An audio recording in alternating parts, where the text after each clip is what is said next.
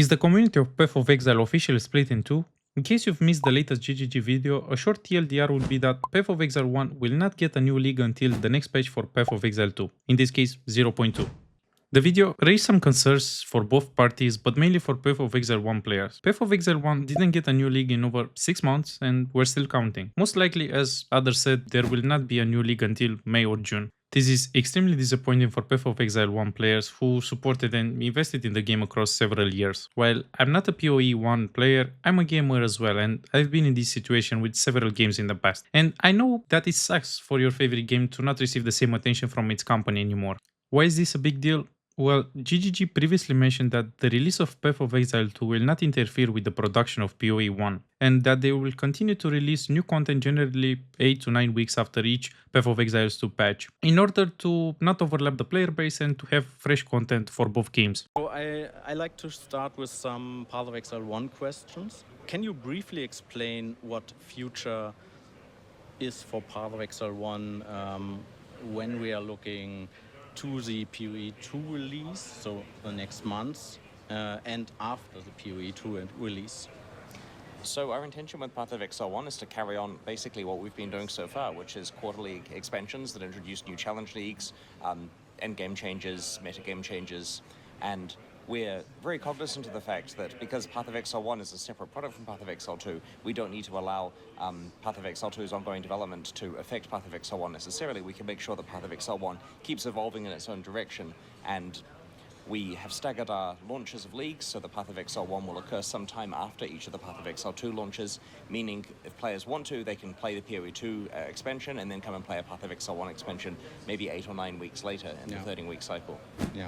And this was not the only time when they mentioned this. This was said across several podcasts or events by multiple GGG members.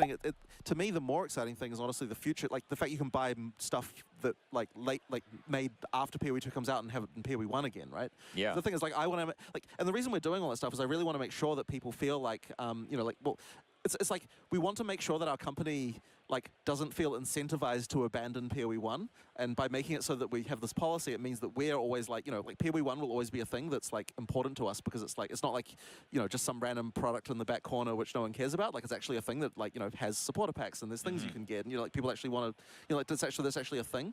So yeah, I just want to make sure that our company does sort of still not do PoE 1 dirty, it needs to sort of have a good future as well, in my opinion. Well, on paper, this was an amazing plan and a big promise for the player base. However, they under-delivered really badly. The early access release took them by surprise, in my opinion. First, with the player count of the game, due to Path of Exile 2 getting more attention by all of the big streamers and sustaining a couple of hundred thousands of players daily. And secondly, with the amount of issues and negative feedback that they received about the systems in the game. They were stormed with the amount of issues that the launch of PoE 2 had, and they did not manage the situation based on the previous promises.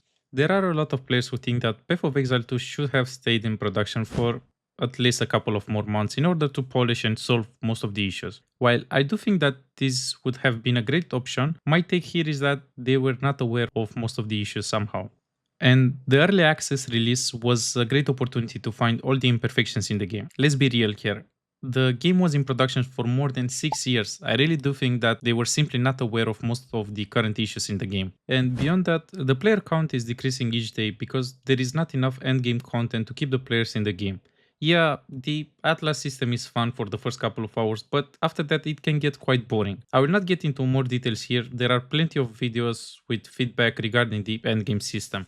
Now, going back to Path of Exile 1 and the lack of new content, as a gamer, I do think that this decision feels disappointing. However, from a business standpoint, we need to consider the fact that PoE 2 at the moment has more players and automatically brings more revenue to the company. We need to consider the fact that GGG at the end of the day is a business, and they need revenue in order to keep going and to release new content. I'm certain that things will stabilize with time, but I still think that this situation could have been handled a lot better and they could have managed the issues a bit smoother. An obvious solution would be to have separated teams for both games. And as we all know, there are different teams, but they stated in their latest video that because of all of the issues in the game, they've brought the PoE 1 team to work on Path of Exile 2 in order to solve and push the patch faster.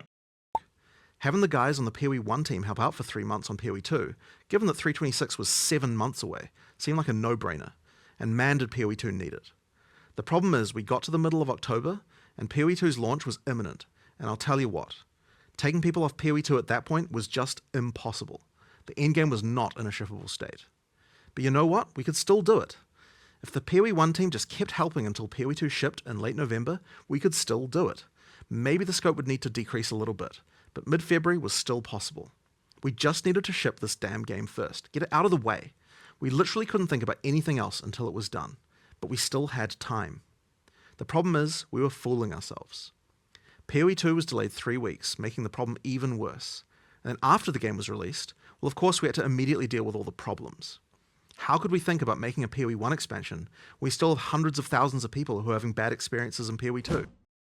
And this is the main reason why Path of Exile 1 is not receiving any attention at the moment. Lastly, I think that they need to rethink their strategy moving forward and maybe slow down a bit when it comes to the promises and the announcements they make. As a PoE 2 player, I want a good game to keep me engaged and to give me a reason to come back and to have fun, and I'm willing to wait if time is what it takes to make this happen. GGG needs to consider the fact that they cannot just abandon PoE 1 just because the little brother has more attention at the moment, and they need to manage PoE 2 better in terms of balancing and systems moving forward. We need more ways to play and more endgame systems. Everyone is basically doing the same thing at the moment, running an Archmage, a Deadeye or a Gemling meta build and farming breaches. That is also what I'm doing because there is nothing else good to play. Now, let me know in the comments down below what is your opinion or if you have any thoughts on this topic. Do you think that GGG made the correct approach here? If not, let me know how they could have made it better. This is the end of the video. It was a shorter one. I wanted to add some of my thoughts on this topic as well. Don't forget to leave a like and subscribe if you enjoyed the video, and I'll see you guys next time.